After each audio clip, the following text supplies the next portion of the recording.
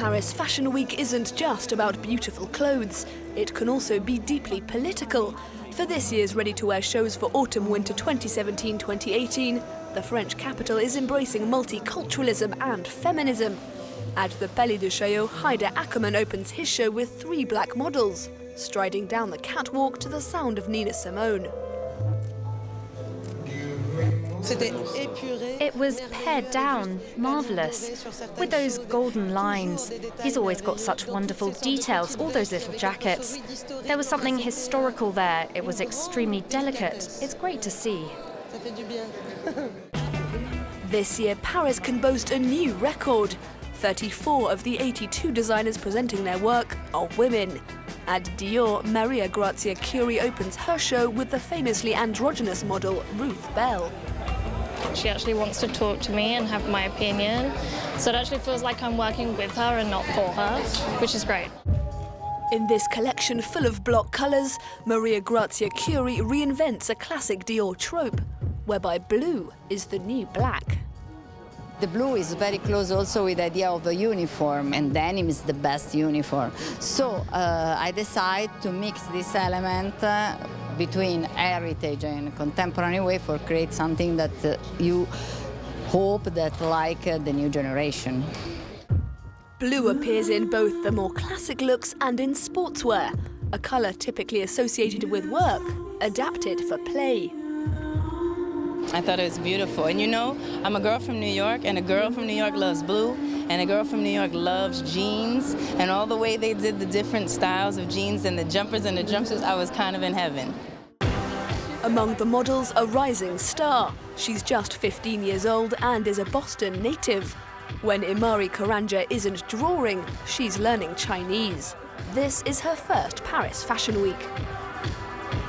I've been in the US for a very long time, so it's just good to see other cultures and see how other people and designs of the other designers from other countries, how they do their things and how it compares to the United States. Dior once again is wearing its feminism on its sleeve, with a rallying cry for social, economic and political equality. Dior has definitely taken a position. I think men are also feminists. At least enlightened men, men with open minds, support feminism. So yes, that definition of feminism absolutely strikes a chord with me. Paris Fashion Week has a long history of welcoming foreign designers. Sacai is a label created by Japanese designer Shito's Abe in Tokyo in 1999. Among his fans, the daughter of Hane Moro, the first Asian designer to embrace the haute couture label in the 1970s. It just has power, and it just shows they wear Sacai. I can feel the strength of the woman, the strong power of woman, you know? So, yeah. Thank you very much. Thank you. Thank you, really, thank you. At the Palais de Tokyo, Delphine Delafon imagines a wake. One of her best friends, journalist Augustin Trapenard, plays the role of the dead man. The collection Delafon Second is called Desperadas Punk.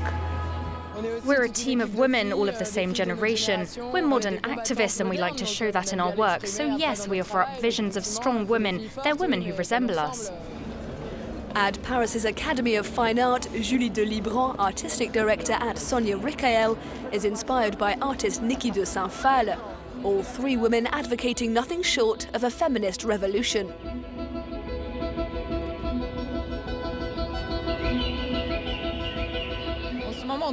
Right now, everything's a response to what's happening in the wider world. All these messages of love. Well, we need that, don't we?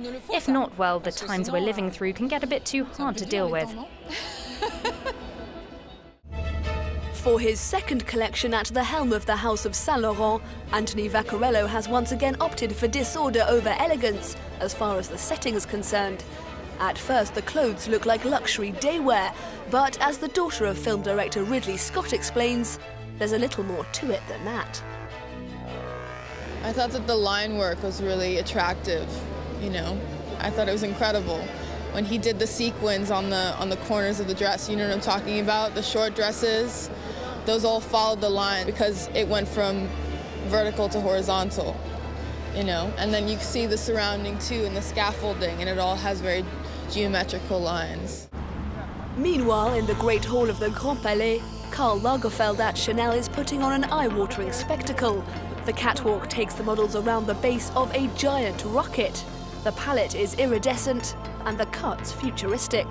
An homage perhaps to Thomas Pesquet, the French astronaut currently on a mission to the International Space Station.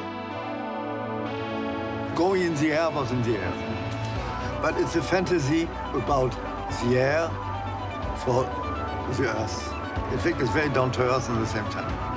The metal touches, what the French call la voie lactée, skies at night, and all that, with a touch for the future, I hope.